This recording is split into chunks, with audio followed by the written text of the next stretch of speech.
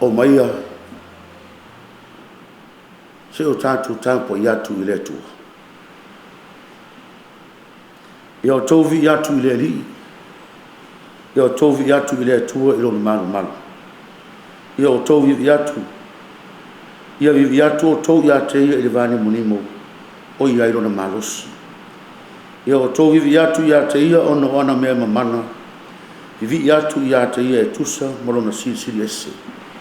I le suafo le tama, ma le alo, ma le anga na Paia. Amene. O le vi inga o Sauniga.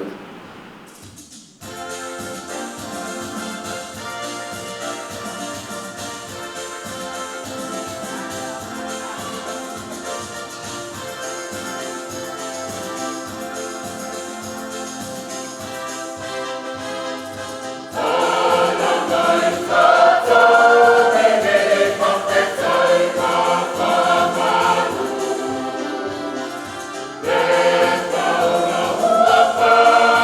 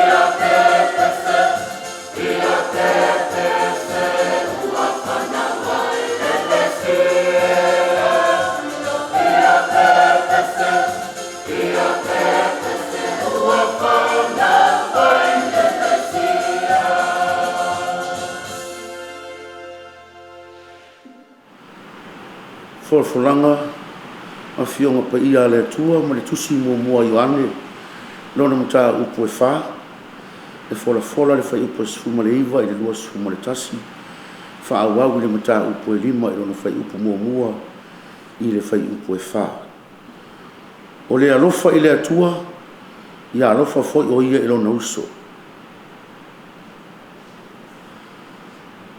o i tātou o tātou wala lofa awana ia mo ia lofa mai ia te i tātou pe a whai e whapea mai se tasi o te alofa i le atua ai ino i lona uso o le pepelo lava ia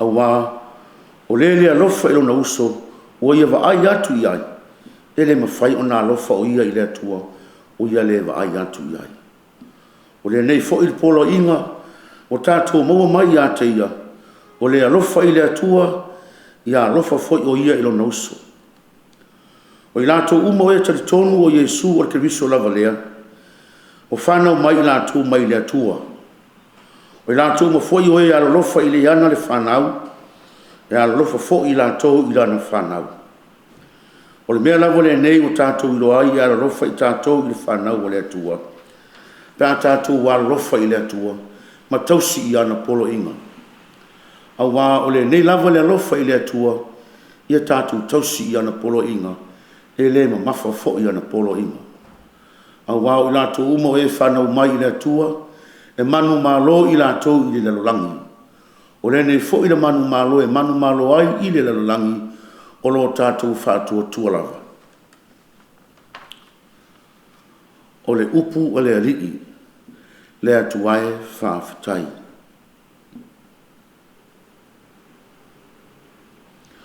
o le alofa i le atua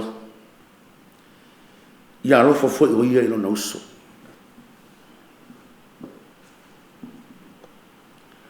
le ai ngai o le atua e tasi a le mea na fina ngalo i le atua e tu ua lona mamalu ma lona whaari i le langi a e fia tangata o le alofa o le atua o lona alofa fia tangata na tau iai le ami o le anga ma le whaamau o lungo o le tangata fia atua le ua fio mai i le lalolangi ma liu tun tangata ma whanau whapei o le tangata ina ia nuti mea ma ola whatasi ma le tangata ona o lona alofa e toe sa iri le tangata na mo motu e le tangata le asoa ma le mafutanga ma le atua a o le atua o toe sa iri ma le tangata le ala lea o le toe fio mai o le atua e le laulangi le ala lea o le liu tun tangata mai o lono fina ngalo alofa se ia sa iri mai se awala se ia toe sa iri mai me se toe apo mai le tangata nei whaia i lona whaulinga ma lona whaatusa au le walu ese atu ma ua lo pala ma ua ngoto unga i le angasala le o toe fio mai ai le atua i le lalolangi le ua fio mai ala mai lo tātou wari o Iesu te viso e peo le tātou wha amanu maluina ma o tātou patipatia i le nei veitu sanga o le kemisi masi o le liu tun tangata mai o le atua o fia tangata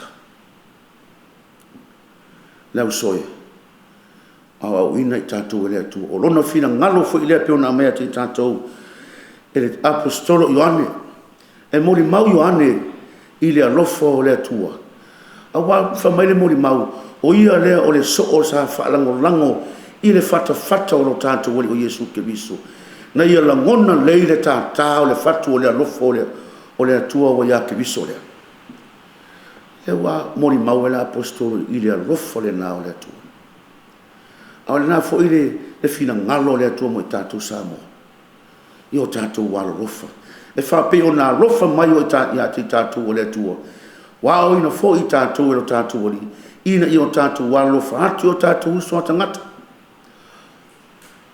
whape o na i a lofa mai a te tātou o le polo inga le wa me mo i tātou i o tātou wala lofa i o tātou uso a tangata awa Aleisa ngā tātou te whai mai ei e tātou te alo rofa i le atua a fai tātou te ino le tātou usua tangata. Pei ona mori maula apostola Ioane mai, e whawhe whiona whai malu tangata e lofa i le atua e le ova ai ai. A ita e ona usua tangata o le ova ai atu iai. Rono winga, a whai tātou te whai mai e tātou te alo lofa i le atua, ai ino le usua tangata, whai mai le upole ali, o le pepelo la volena, o le tau ole, pepelo. Nala leo le polo ai meo le lia te tātou, io tātou wala lofa. Io tātou wala lofa. Le alofa e whai mea tonu, le alofa e mawere fi le mu, o le alofa e wha maangalo, o le alofa e mawere ngango le whengale ngale ai, o le alofa e mawere le whea alfani. E fina ngalo mori na alo tātou o tua mo tātou. Awa, pau lavo le nā. O le mafu anga nā fio mai ele atua le lalulangi, ma fie tangata i le lalulangi, ono nā lofa i le tangata. Whamanuia mai le atua mai a, sosan mai pele ngango le atua e awa o tū mau tātou. Ina i o tātou wala lofa tū mau i ate ia, mai o tātou wala lofa atu o tātou usua tangata. I o tātou te talo. Le atua alo whae, whaafitai lau pule, whaafitai lau alofa, malie lau wanga le lei, lau tau singa ia Samoa, o mātou iai fo'i i le nei aso. Ina ua e fōa i ate i mātou, e whaapopo i as whaitau ina o lo mātou wola, a ar whaatino ina o ti ute ma whaiva e pe o ne e whina ngala iai mo i mātou. Whaafitai lau alofa, whaafitai lau wanga le lei e marutia i pea Samoa. Whaafitai i lau Ekalesia, whaafitai au whaamurianga o ila langi na ai mātou umalawa, e a fō mai o mātou te tai. I se i o lava i se mea o lo mātou matinu. I lo mātou pule anga i lo mātou ta maa ki e piko. Se o lava se mea o le nei pule anga. Lewa sengo o stau langa, mai lātou e ua lātou o foino lātou ula mula ngālwe, ma whaafitai le i. Whaafitai lau upu e awa o mai pēr ia te i mātou, ma whai loa tū mau ia te i mātou lau whira ngalo, ina i o mātou sāwa vali ai. Mātou te talo le i e, tapa sāina le mātou fō longo le nei tūsanga. Ma ia e awa o tū mau mai ate i mātou i lo wanganga, ina i o mātou loa, ona whaatino o lau polo inga, i le alofa i le lofa atu i ate oe, ma le alofa i le usua tangata. O le ala mātou te talo mo le mātou wala au mātou, o le ma te talo atu ai, e ala ia ke viso lo mātou, ori i whaatasi mo le mātou fautu o talo maru i ai, soani mai tū mau mo i mātou, e mo mori a mātou talo sanga ma mātou talo talonga i le no whaari i o lo wala. Se o lofa le sina le tina o le anga lofa. O e lo mātou wola, o lo mātou fia, o lo mātou whaingoe moi se o lofa. O lo alanga ati ate o e mātou nei o whanau ta se evu. O mātou whtangisi ma la uele ne nu o le whanau noa. O le nei lo mātou whautu wai. E whaasang mai ate mātou o whonga lofa. A ma vai fune nei ta senga i e whaine mai o Jesu le fua manu o lo wala. O e maru iai le tau pou anga le lei. Le anga lofa, ma le anga maru. O le vi inga le tamā ma le alo ma le anganga Paia. E pēro na vi inga sai le amatanga e whape fo i ona pōne māsu uma i le whāwavau lava. Amen. Tuma mai lunga ia Samoa, le tua le whamanuianga i swafo le tamā ma le alo ma le anganga Paia. Amen.